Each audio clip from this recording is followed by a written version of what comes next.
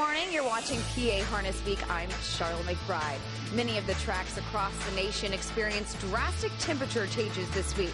But the chilly temperatures did not deter some of the biggest names in North American harness racing from gracing our highlights. From the most famous captain in the sport to market share, and who doesn't love a little Sunshine Beach this time of year? We've got those horses and much more featured in this week's episode of PA Harness Week. Big races from all over the country this week. We've got the captain. Can he rebound from his stunning loss in Indiana? And I Love the Nightlife was also in action.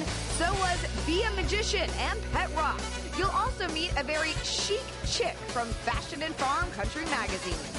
And before I send it over to Steve and Heather, I'd like to say a very big happy birthday to our very own Steve Ross.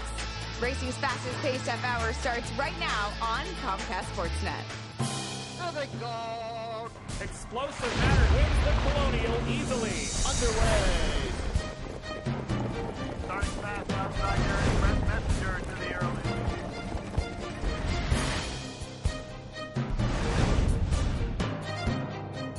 55 and 4 the halftime. Just over 3 to go. At the top of the stretch. Well, hello there, and welcome to another edition of PA Harness Week, or as we affectionately refer to it as Pahawi. She's Heather Vitale. I'm Steve Ross. Almost forgot your last name, man. That's because I should really only go as Heather, like Cher, Madonna, yeah. Oprah? Oprah. You can do that whole thing, Harpo, all that stuff. Okay. Got a great show for you today, folks. You better fasten your seatbelt. Let me tell you what's going on. Balmoral Park. It's got all the big horses there. It's got all the Horse of the Year candidates. And you know why we're going to be covering all that? Because we love harness racing? Because that's how we roll, Kimasabi. All right, let's kick off the show first with, we're going to go to Pocono for the second race on Saturday night. It was a big event because a lifelong harness fan, trainer, horseman, yada, yada, the whole 9 yards, was saluted that night, and Heather's got that for you. That's right. On this evening, there is a man named George Napolitano. Actually, most people knew him as just Brownie. Mm-hmm. Okay, he passed away October 8th at the age of 84. He's a former trainer and owner of both standardbreds and thoroughbreds. So after he retired from training, though, Brownie never missed a day at Mohegan Sun and Pocono Downs watching races in the simulcast area. He was one of the most beloved patrons at the track. Now, in this race, a special memorial race, Whalen Hanover with driver Jennifer Byrne, they ended up winning this race in the winner's circle. He had a lot of family members like his niece holding up his colors, also patrons of simulcast who he was very close friends with, and of course horsemen came out to really totally remember this guy. What a great horseman and a great patron of Mohegan Sun and Pocono Downs. God rest his soul. Okay, time to get to the action. Well, we have a captain update. The captain is coming off a big loss at Who's Your Daddy Park. And he's coming back. Will he rebound? Will he get back in the winner's circle? Does this compromise his Horse of the Year chances? Well, we're going to find out now because we're going to go to Balmoral. It was Saturday's 9th race, a $256,000 event. It was a 3-year-old Colton Gelding stake. Number 2, the captain with Tim Tetrick. Coming off that loss, as we mentioned, was 2-5. Number 6, Lucan Hanover was 2-1 with Dave Miller. The rest, they were given about as much chance as someone catching pneumonia in Dubai in 100, 200-degree heat in the shade. 55-2 for Captaintreacherous now, and nose in front. Lucan Hanover right alongside Captaintreacherous. Word Power inside there third. Odds on Aquilius second over to fourth is 1.5 to make up as Captaintreacherous and Lucan Hanover going at it here at 3/4 of a mile. They turn for home. Inside is Captaintreacherous. Outside is Lucan Hanover. 122 and 3. Captaintreacherous under a drive from Lucan Hanover, who's outside of the leader. Word Power traveling down along the pylons outside to Wake Up Peter. Captaintreacherous digging in again. Here's Lucan Hanover. One final bit to the captain. Final 16th of a mile.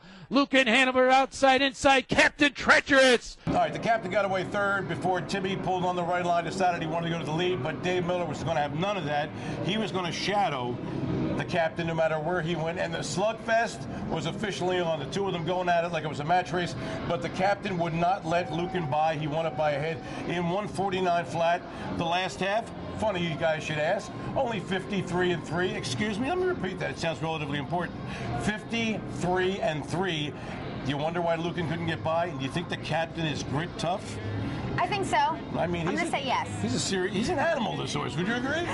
He is an animal. No, well. That's definitely a fact. Lucan Hanover was a dead game second, and wake up Peter, a 25-1 shot with Scott Zeron, got third. By the way, Scott Zeron is going to be a regular driver beginning like next week at the Meadowlands, which opens for their big meet, the $100 million joint they got over there and everything else. Yeah, and I have the inside scoop. I actually tweeted Scott this week, and I asked him, what are you going to do on your off days? Because the Meadowlands only races a few days a week. He says he is going to try to get to Chester, so that's exciting. We'll have to have him on the show. Well, he can get a job here as a grip for us, because I don't like carrying the chairs up and down. If I'm a little above that, you know what I mean?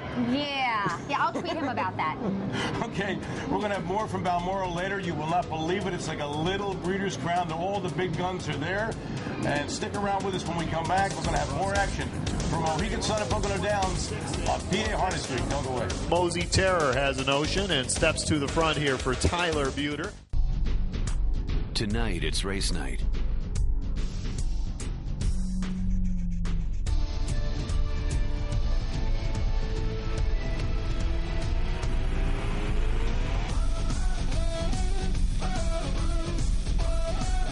Where the biggest events roll like thunder all season long.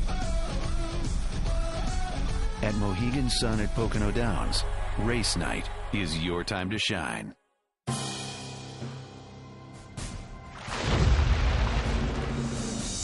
Hello there, welcome back to PA HarnessWeek. Heather, get a gander at the folks out there in Comcast Sportsnet land.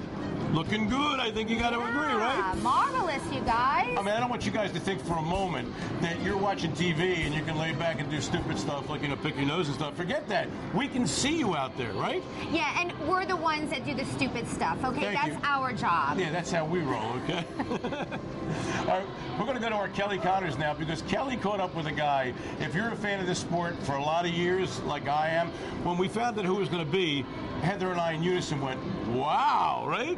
Yes, we did. This is an oh wow moment. Terrific driver on the New England circuit at Liberty Bell, Brandywine, whatever. He was up at Mohegan Sun at Pocono Downs. He is a great one. His name, Ted Wing.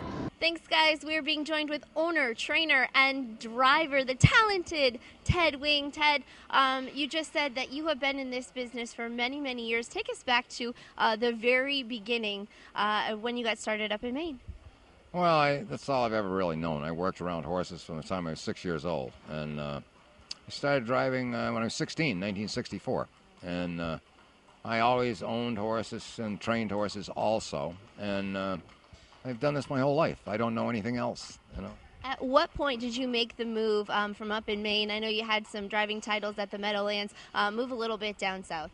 Well, I was the leading driver in New England, at Foxborough and Rockingham Park. And then when the Meadowlands opened in 1976, Joe DeFranco, who was the race secretary, sent me an invitation to come. So I went, and it worked out very well. Now, I understand, obviously, the harness thing has really worked out for you, very talented and respected. But you could have been a professional skier. There was a possibility of that. Well, that's maybe stretching it a little. I did ski competitively. I was a good slalom skier, but, to go to the next level, you would have to fly all over the country, and I still had my horses to train after school and stuff, so I gave that up, So there was never any doubt in your mind this is what you wanted to do, be around the horses? No, it still isn't. This is all I've ever known, racehorses. What is it that you love about the sport? It's just you can be part of, changing a horse's rigging around or getting him sounder or do something to make him a better horse. And it's a very tough business, but it can be very rewarding. But what piece of advice would you have for a young and up-and-coming driver or a catch driver, someone just thinking about getting involved in the sport? Well, they got to go to work for a good trainer, and they're going to have to work hard to go forward. It's not an easy game. It's hard. And usually, if you take a young person, he works hard enough, he'll be able to move up as a second trainer or whatever, but he's got to have to show the trainer that he's capable of doing that. Mm-hmm. And it's a good business. It's a very good business. Got to watch my horse race. Wonderful. We're going to let you go so you can watch that race. Good luck, and we'll send it back to you guys. Thank you, Kelly, and thank you, Ted. That interview with Ted Wing, that's great. It really flew by. Okay. Wasn't he the guy they named the wingtip cordovan after, the shoe? I don't know, maybe it was. I think so. I mean, he's that famous. Yeah, absolutely. Yeah. Okay. We're going to head to Mohegan Sun and Pocono Downs now. I've got the action for you in here. It's a non-winners of $22,000 last 5 starts. The purse is $21,000. Number 4, Arde Canover was the favorite with his drop in class. He got away third before pulling with his first up bid, but it was actually the second choice, number 6, Bet on the Law, who traveled third over, came home super wide to win in a very exciting finish in 1:50.4 for trainer-driver Joe Pavia Jr. Fleming M was second with Arthur picking up third. Okay, this is a $25,000 to $30,000 handicap for claimers here. The purse is $18,000. Now the bettors have their favorites set up in here in the exact same order that they finished last week. So we've got number 2, Cam's Oracle. He's a favorite and he won this last week, okay? Number 6, Something in the Wind, second choice. He finished second to Cam's Oracle last time out. Number 5, Johnny Z, third choice, and he finished third to Cam's Oracle and Something in the Wind last time out. So is it going to be deja vu all over again? Let's find out. Cam's Oracle holding off Happily Ever After at the moment. Now stretches that lead to about 1.25 lengths. Something in the Wind once again taking closer notice for Eric Ledford there. Johnny Z second over, still about 2.5 back. And it's Light Up the Sky. He's close behind the cover, but nowhere to go here. Further back to Cambassador MKG. 3/4, 123 even, 26-4. Hung up on the back there by Cam's Oracle. He's shaking the outside pressure, but Something in the Wind is still a threat on the inside. Ledford trying to get more there. Then further back to Light Up the Sky and Johnny Z. Top of the stretch. Now George Knapp digging deep here for Cam's Oracle. Something in the Wind all out gaining, but it's still Cam's Oracle. Something in the Wind coming up late. Cam's Oracle, Something in the Wind, Cam's Oracle. It was not exactly the same outcome as last time out in this claiming handicap. However, Cam's Oracle did win, so the bettors really, they were right on with that. This is his 4th win in 5 starts. He does it this time in 1:51.4 with George Napolitano Jr. in the bike. MKG was second, and rounding out the trifecta was Something in the Wind. And what about Saturday's 12th race at Pocono? Condition pace non-winners of $22,000 in the last 5 starts. Number 5, Alsace Hanover, since she'll be familiar sounding name to you fans out there, with Joe Pavia Jr. was the 9-5 chalk. Number 4, Peace, make that Pence Hanover, was 2-1 with Andrew McCarthy. Number 1, Mosee Terror with Tyler Buter was 7-2, and with a call, here's Jim Baviglia. Mosee Terror just a slight edge. 3/4, 122-3, very fast on the back, 26-4. Mosee Terror still trying to shake Maytime Terror. Here comes Pence Hanover from far back. Muscles from Brussels and Alsace Hanover, and Stills, 4 officer in the pocket. Top of the stretch, Mosee Terror with the lead. Inside 4 officer, no late kick. Maytime Terror is flattened out, and Mosee Terror had an answer for everybody. Buter making sure at the end. Mosee Terror. Mosee Terror grabbed the top just past the quarter, but had to withstand a stiff challenge by number 6, Maytime Terror, another Terror, you may have noticed if you're keeping score. A 6-1 shot with Georgie Knapp and won it by a length in 1:15.4. Number 6, Southwestern Dream off a 12-1 with Matt Katie was second. Number 8, great name, Muscles from Brussels, a 14-1 shot with Ant Knapp, got third. Stick around when we come back. Sharla's got a very special feature. It features fashion and harness racing. They don't always go together, you don't think, but they do now. They do, and my 2 favorite topics in the world also. All right, and also more racing from Harris, Philadelphia, on the way. It's Outrageous Art through the 50-something degree air leading the way. Feel the action. Get a taste of victory. Spice things up. And play to win. Yeah! Mohegan Sun, off-track wagering. Allentown, Carbondale, East Stroudsburg.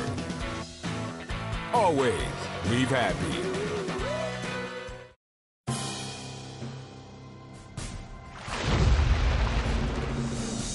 Hi there, welcome back to PA Harness Week. She's Heather Vitale. Me, I'm Steve Ross, and we promised you something, a big feature, and Heather's got that 411 for you, babe. Go ahead. I do. Jennifer Byrne, she grew up in harness racing, and she came up with a brilliant idea to start a magazine putting harness racing, horses, and fashion together, and it's called Fashion and Farm Country Magazine. Finally, somebody comes up with putting fashion and glamour and racing all together, harness racing. It's about time. That's right, it is about time. Sharla McBride has a scoop for you. Thanks, guys. I'm here with Jennifer Byrne, the editor-in-chief of Fashion and Farm Country Magazine. It's a new magazine. Explain to us a little bit what this magazine is about. This magazine is basically combining harness racing in with fashion and style, and also we brought the outdoor section into it, farms and plantations, country music, and basically combining all of that together. And we've been really excited because it's actually helped promote harness racing to the younger generation, and also get people excited to dress up and show off their style at the track. I wanted to really help promote the sport and really help bring a lot of people to the track and get them excited to see the horses, and also maybe even dress up and wear the hats and all the fun dresses, and just so it's been awesome so far, for sure. Now, you mentioned that you kind of have a background in this. Elaborate a little bit on your family and how your family kind of got you into this as well. Yep, my grandparents, Arlene and Joel Siegel, they own Fashion Farms, and basically with them I've always been going to all the different tracks, and in 1995 they won the Hambletonian, and I was there, and that right there, I swear, changed my life. I couldn't get enough of it. It was amazing, and the adrenaline that you felt when you were at the track, and after that I knew that harness racing was always going to be a part of my life, and it has been, so it's been great, yeah.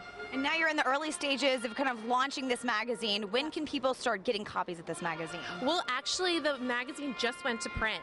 We're so excited, and you can subscribe and order the magazine online at our website, which is www.fashionandfarmcountry.com. And we're also going to have a digital version, so you'll be able to download it off the Apple's newsstand. And we'll also have our own app on iTunes. So, yeah, it'll be digital and print. How long has this been in the works for you? It's been, I guess, about a year and a half now. Yeah, it's just been a big process in developing it and getting all the pictures and the articles for the magazine, and going to all the harness racing, and just exposing it there. And it's been about a year and a half, but it's been great. It's been really fun. Well, I had a chance to glance at it. It's a beautiful magazine, beautiful pictures, as you mentioned, great articles in there. You should check it out as well. Thank you so much, Jennifer, for joining us. Thank you. Back to you guys. Thank you so much, Sharla and Jennifer. We knew Sharla was beautiful and smart. Now we've got Jennifer. She's beautiful and smart and part of harness racing. I love it. There's nobody beautiful and smart that works on this show, is there? You're beautiful and smart. Thank you. Okay. All right.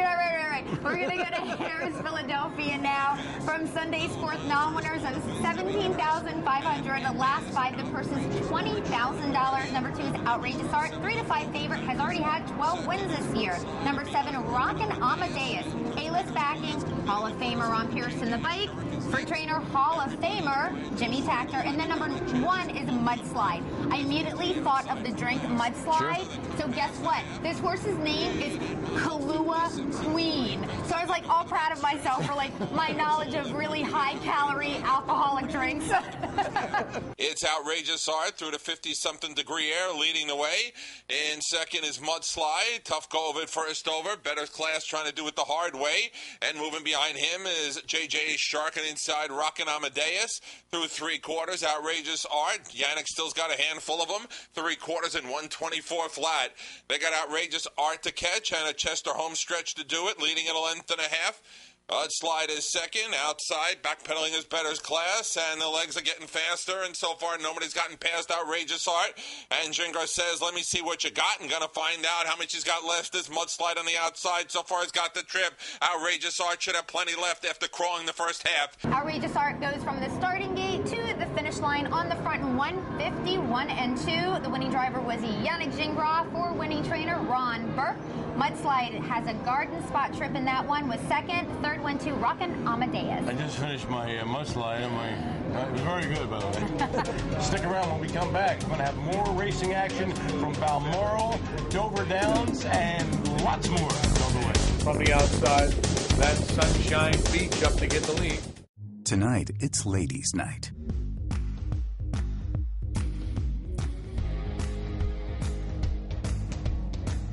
The lights are low, and the stakes are high. Sometimes ladies' night is just a date night in disguise. At Mohegan Sun, wherever tonight takes you, it's your time to shine.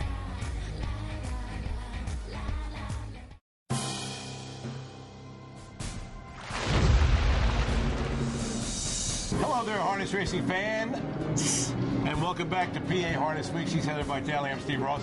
Sunday at Dover, they carded a bunch of matron races, but we're going to show you one. It was the 10th. And let me just, before I give it to Heather, who's going to tell you about the race, how tough was the field? Glad you asked. Well, Dee Dee's Dragon, who beat the captain last time at Hoosier, went off at 11-1 with Yannick Gingras. And Ronnie Bugatti won the Messenger, third Jewel Pacing's Triple Crown, was 19-1 in here. That's how tough this field was. Heather, right? Yes, you're right, exactly. So this is obviously for 3-year-old colt pacers here. Now, just a couple other notable names. We've got number 10 in his Vegas Vacation. He's the richest in the field, and he won the Little Brown Jug this year. And then there's number 4, Sunshine Beach, who is the bettor's choice. Now, this is a big 11-horse field. The posts of 9, 10, and 11 start from the second tier. Top 8 make the final. From the outside, that's Sunshine Beach up to get the lead. Emeritus Maximus back to second, another 2.5. That's Twilight Bonfire, followed by Ronnie Bugatti. Swift as a Shadow is next. Then comes Dee Dee's Dragon. Vegas Vacation is there. After that is Dr. Butch. Clint Westwood to the outside. Toward the inside, Rock and Roll Will Never Die. And the trailer is Only the Lonely in 55 seconds around the turn toward the back stretch. Sunshine Beach, a 2-lane leader. Emeritus Maximus there, second, followed by Twilight Bonfire. Up on the outside into fourth is Dee Dee's Dragon down along the inside. Ronnie Bugatti alongside Vegas Vacation. Following Vegas Vacation is Dr. Butch. Down toward the inside, that's Swift as a Shadow. Up stride went Clint Westwood. Getting off the rail now is Rock and Roll Will Never Die and Only the Lonely. 3/4, 123-1. Around the final turn, Sunshine Beach has a 2.5-length lead. Emeritus Maximus is there. Outside but not gaining is Dee Dee's Dragon, forced wide. That's Vegas Vacation. They're at the top of the stretch, turning for home. And Sunshine Beach. Is it fall or summer? Because Sunshine Beach just burnt up the racetrack. John Campbell takes his first straight 150-1 victory. Emeritus Maximus was second. Twilight Bonfire was third. Just a reminder, tomorrow night, November 17th at Dover Downs, there are 8 huge matron finals for all the divisions for 2- and 3-year-olds. All right.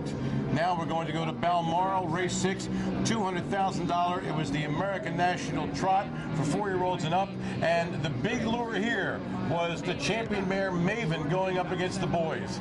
Hambo Champ market share off his Breeders' Crown win was 6-5 with Tim Tetrick. Number 9, Mr. Herbie with Brian Sears 2-1. Number 4, Maven with Yannick was 7-2. Mr. Herbie left and led, but Yannick set sail with Maven, cleared and took the lead before the half. That's when Timmy got market share cranked up, looked her in the eye and said, "Hey, yo, I'm a guy." And market share went by, leaving Maven to eat his masculine dust in 152-1. The girl was second. Mr. Herbie was third. Yeah, let me just say, him saying, "Oh yeah, I'm a guy." Let's see market share give birth, okay? I know Maven can, but can market share? I'm just saying. That's just a fair saying. point. Okay, all right. One for you. Now let's go to the American National. It's a 3-year-old filly pacers. Now, of course, all eyes are on I Love the Nightlife. She's a 3-5 favorite in here and probably will be voted the 3-year-old filly pacer for the entire country this year. She did make a huge effort coming first up. Finally, in deep stretch, she got to the lead. However, she had to deal with Charisma Hanover, who has been fantastic lately. Charisma Hanover, she just paced 1/5 of a second faster in the lane to win by a neck in 1:49. New track record and stakes record, and the winning driver was Yannick Gingras with trainer Ron Gurr. No, we are not done with Balmoral. Saturday's 8th, the Amnat 3-year-old filly pace filly trot. Number 6, Be a Magician. Yes, she's undefeated. Was 1 to 1 million with Brian Sears. Everybody else was double-digit bombers from another planet. Frau Blucher. His lead is 3/4 of a length. Handover Bell just off of the leader now. Be a Magician at the Pine Lines, trotting third. 126 2 3/4. Frau Blucher continuing on to lead a length. Outside his hand over Bell. Be a Magician waiting for a seam along the pylons.